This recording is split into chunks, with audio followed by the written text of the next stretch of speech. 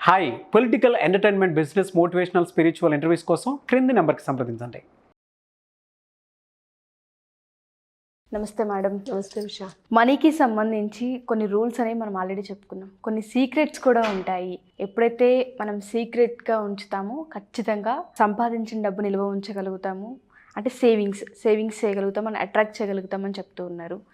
చాలామంది అప్పుల పాలయ్యాం, మేము అప్పు కట్టలేకపోతున్నాం, ఆర్థిక సమస్యలు ఎక్కువగా ఉన్నాయి అంటూ ఉంటారు. వాళ్ళందరికీ అసలు ఈ ఫార్ములా ఏ విధంగా వర్తిస్తుంది అంటారు? అసలు ఏ విధంగా చేయాలి అంటారు? యాక్చువల్గా చాలా వరకు మనం ఏంటంటే ఒక ప్రాబ్లం వచ్చినా ఏదైనా విషయం ఉంటే గబగబా అందరికీ అన్ని విషయాలు చెప్పేస్తూ ఉంటాం. నేను ఇలా చేద్దాం అనుకున్నానండి, నేను అలా చేద్దాం అనుకున్నానండి, నేను దీని గురించి ఇలా ఆలోచన చేశాను అని చెప్తుంటారు. కానీ కొన్ని విషయాలు మాత్రం మనం ఎంత సీక్రెట్గా ఉంటే అంత మనం ముందుకు వెళ్ళగలుగుతాం. అంటే మ్యాక్సిమం సైలెన్స్ని పాటిస్తే ముందుకు వెళ్ళగలుగుతాం. ఓకే. ప్రతి ఒక్కరు కూడా నీ సమస్య విని నిన్ను ఎగతాళి చేస్తారే తప్ప నీ సమస్యకు పరిష్కారం ఎవరో చూపించరు. నీ సమస్యకు పరిష్కారం నీలోనే ఉంటుంది. సో కాబట్టి కొన్ని ప్రాబ్లమ్స్ ఎప్పుడు కూడా మనం ఎవరితోని షేర్ చేసుకోకూడదు. మనం అనుకుంటాం వీళ్ళు నాకు చాలా బాగా ఫ్రెండ్స్, నేను షేర్ చేసుకోవచ్చు అని అంటారు. దానివల్ల మీ ఎనర్జీని మిమ్మల్ని మీరే డిగ్రేడ్ చేసుకుంటారు. కాబట్టి కొన్ని విషయాలు మాత్రం అంటే మీరు ఏం చేయాలని అనుకున్నారు, ఎలా చేయాలని అనుకున్నారు, మీ ప్లాన్స్ని ఎవరికి షేర్ చేయకండి. ఓకే. అంటే అది ఒక స్టేజ్కి వచ్చే వరకు ఎవరితోని షేర్ చేసుకోవద్దు. ఎందుకు అని అంటే మీరు ప్లాన్ చేసే ప్రతి దానికి కూడా మీకు ఒక నెగిటివ్ని యాడ్ చేస్తూ ఉంటారు. అంటే షేర్ చేసుకోవద్దు అంటే మీరు దాని గురించి ఎంక్వైరీ చేయడం వేరు, మీ ప్లాన్ని షేర్ చేయడం వేరు. ఎంక్వైరీ చేసుకుని దాని పద్ధతి ప్రకారంగా మీ టైం మేనేజ్మెంట్ చేసుకుంటూ మీ యొక్క పనిని మీరు సద్వినియోగపరచుకోవాలి, మీ టైంని మీరు సద్వినియోగపరచుకోవాలి. కొంతమంది ఏం చేస్తారంటే నేను ఇది చేద్దాం అనుకున్నానండి అని అంటారు. ఇమీడియట్గా పక్కవాడు ఏమంటాడంటే అమ్మో ఇది చాలామంది చేశారు, మీ వల్ల కాదు. ఇమీడియట్గా మనకేమవుతుందంటే అమ్మో నేను చేయగలనా లేదా అనేటటువంటి ఒక డౌట్ అరేస్. సో అలా కాకుండా మీ ప్లాన్స్, మీరు ఏం చేయాలనుకున్నారు దాని గురించి మీ గురించి మీరు ఆలోచన చేసుకోండి. ఆ ప్లాన్స్ని సీక్రెట్గా ఉంచండి. ఓకే. మీ లైఫ్ స్టైల్ గురించి ఎవరికి ఎగ్జిబిట్ చేయాల్సిన అవసరం లేదు. అంటే చాలామంది గొప్పలుగా నేను ఇలా ఉంటానండి, నేను ఇలాగే ఉంటాను, నేను ఎప్పుడు ఇలాగే ఉంటాను, నేను మొనార్క్లా ఉంటాను, లేకపోతే నేను కింగ్ లాగానే ఉంటాను, నా దగ్గర డబ్బు ఇలా ఉంటుంది అలా ఉంటుంది గొప్పలు పోతుంటారు. అది చాలా పొరపాటు. నీ లైఫ్ స్టైల్ని నీ దగ్గరే ఉంచుకోవాలి. నీ లైఫ్ స్టైల్ నువ్వు లీడ్ చేయాలి. హ్యాపీగా లీడ్ చేయడానికి నువ్వు ఒక లైఫ్ స్టైల్ని పెట్టుకోవాలి. నీ లైఫ్ స్టైల్ ఎవరికి కూడా చెప్పాల్సిన అవసరం లేదు. అండ్ మోర్ ఓవర్ చాలామంది ఏంటంటే వాళ్ళ ఫ్యామిలీ ప్రాబ్లమ్స్ని షేర్ చేస్తూ ఉంటారు. అది చాలా పొరపాటు. ఫ్యామిలీ ప్రాబ్లమ్స్ని ఎప్పుడూ కూడా ఎవరితోని షేర్ చేసుకోకూడదు. ప్లస్ ఏంటంటే అలా చేయడం వల్ల ఏంటంటే మీకు ఇంట్లో సపోర్ట్ లేదు, మీకు ఇంట్లోనే వాల్యూ లేదు, మీకు ఇంట్లోనే రెస్పెక్ట్ లేదు. కాబట్టి బయట మీకు ఎలా రెస్పెక్ట్ దొరుకుతుంది? అంతే కదా. ఇప్పుడు ఒక దగ్గర మనం ఇది ప్రాబ్లం ఉంది అని మనం చెప్పినప్పుడు ఇమీడియట్గా దాని మీద మనకు ఒక నెగిటివ్ థింకింగ్ అనేది వచ్చేస్తుంది. సో వీళ్ళకి ఇంట్లోనే వాల్యూ లేనప్పుడు మనం ఎందుకు వాల్యూ ఇవ్వాలి అని అనుకుంటాం. సో ఫ్యామిలీ ప్రాబ్లమ్స్ ఎవరితోనే చర్చించకూడదు. అలాగే మీ ఫైనాన్షియల్ ట్రబుల్స్ని కూడా ఎవరితోనే చర్చించకూడదు. మీరు ఫైనాన్షియల్గా ఎలా ఎదగాలనుకున్నారు, మీరు ఏం చేయాలనుకున్నారు, మీ ప్రణాళిక ఏంటి, మీరు ఎంత సేవ్ చేయాలనుకున్నారు, ఇలాంటి విషయాలు ఎవరితోని మీరు చెప్పకూడదు.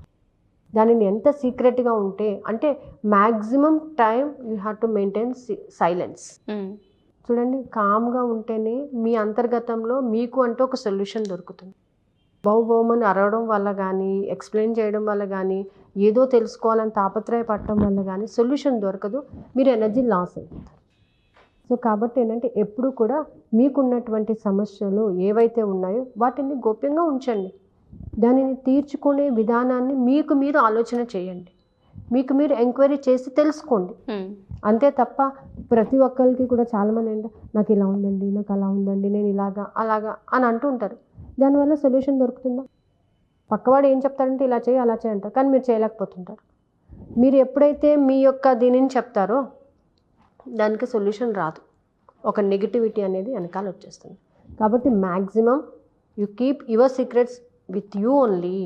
ప్లస్ మీ హెల్త్ విషయంలో కూడా మీ సీక్రెట్స్ మెయింటైన్ చేయాలి.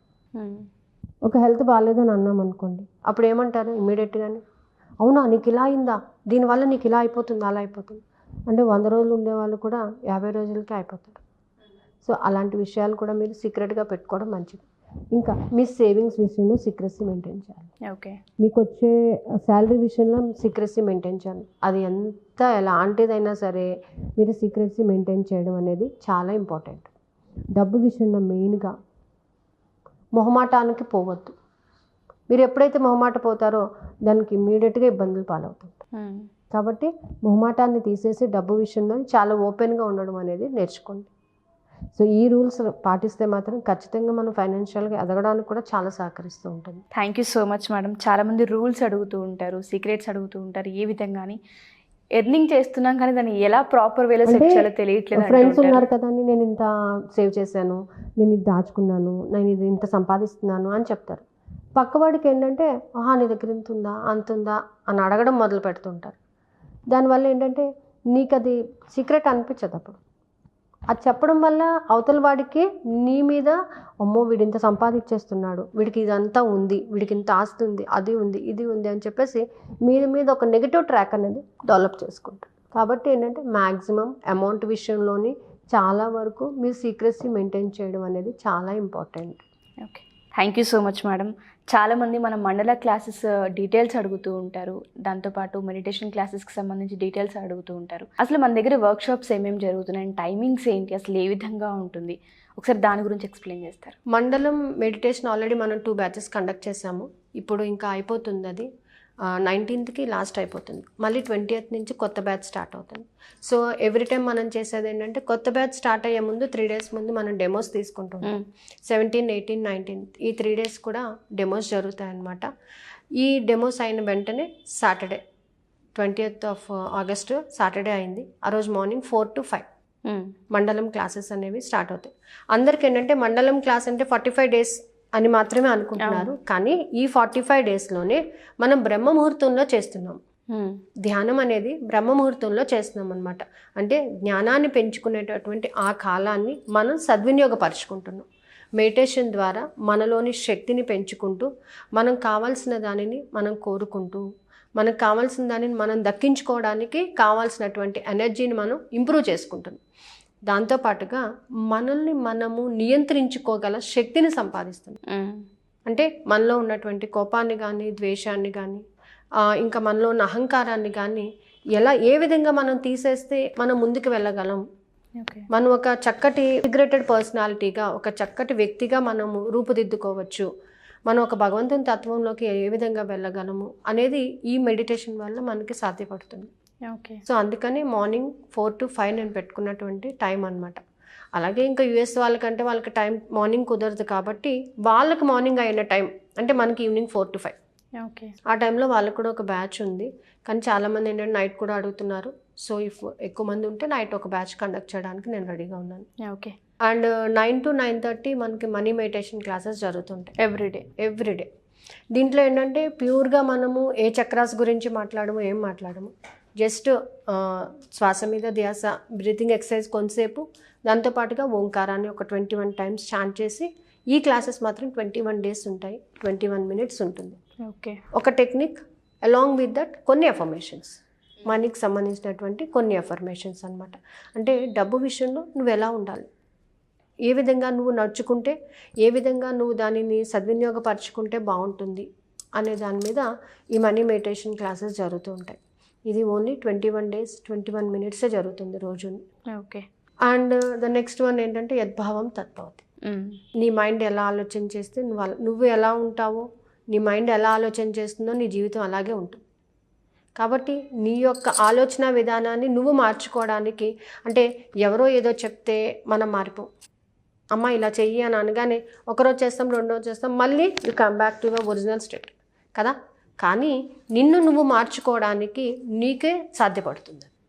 సో నువ్వు మారాలి అని అంటే నీ ఆలోచన విధానాన్ని నువ్వు ఎలా మార్చుకోవాలి, నీ థాట్ ప్రాసెస్ని ఎలా మార్చుకోవాలి, నీ ఫీలింగ్స్ని నువ్వు ఎలా మార్చుకోవాలి, అదంతా కూడా యద్భావం తద్భవతి అనే క్లాసెస్లో జరుగుతుంది. ఇది మాత్రం 30 days కోర్స్. ఓకే. అంటే అలాంగ్ విత్ మనీ టెక్నిక్స్తో పాటుగా మనం ఏంటంటే గ్రాటిట్యూడ్ సిరీస్ అండ్ మనీ మీద మనీ సైకాలజీ ప్లస్ మన మైండ్ సెట్, ఓకే. వీటన్నిటిని ఇంక్లూడ్ చేసుకుని, అంటే చాలామందికి ఏంటంటే ఒకరు ఒక రకంగా ఆలోచిస్తారు, ఇంకొకరు ఇంకొక రకంగా ఆలోచిస్తారు. బట్ ఆ మైండ్ సెట్కి తగ్గట్టుగా తను ఎలా ఆలోచన చేయాలి అనేది ఈ క్లాసెస్లో చెప్పడం జరుగుతుంది. ఇవి మాత్రం 2 బ్యాచెస్ ఉన్నాయి, 8 o'clock to 9, 10:20 to 11. Okay, sure so ma'am. As of now మన దగ్గర జరిగేటటువంటి వర్క్షాప్స్ అయితే ఇవి. 3 వర్క్షాప్స్ అయితే జరుగుతున్నాయి. సో ఎవరికి ఏది కంఫర్ట్ ఉంటే ఏది కంఫర్ట్ ఉంటే అది జాయిన్ అవ్వాలి. Okay, thank you ma'am. Thank you so Thank you. Much. So madam చెప్పిన విధంగా ఈ క్లాసెస్లో ఎవరైనా జాయిన్ అవ్వాలి అనుకున్నాను, దాంతోపాటు ఈ రాబోయే పౌర్ణమికి ఎస్పెషల్లీ 1 hour క్లాస్ ఉండబోతుంది 9 to 10, అది కూడా నైట్. సో ఇంట్రెస్ట్ ఉండి ఎవరికైనా జాయిన్ అవ్వాలి అనుకున్నా కింద స్క్రోల్ అవుతున్న కాంటాక్ట్ నెంబర్ని కాంటాక్ట్ చేసి మీరు పూర్తి వివరాలు తెలుసుకోవచ్చు. Thank you.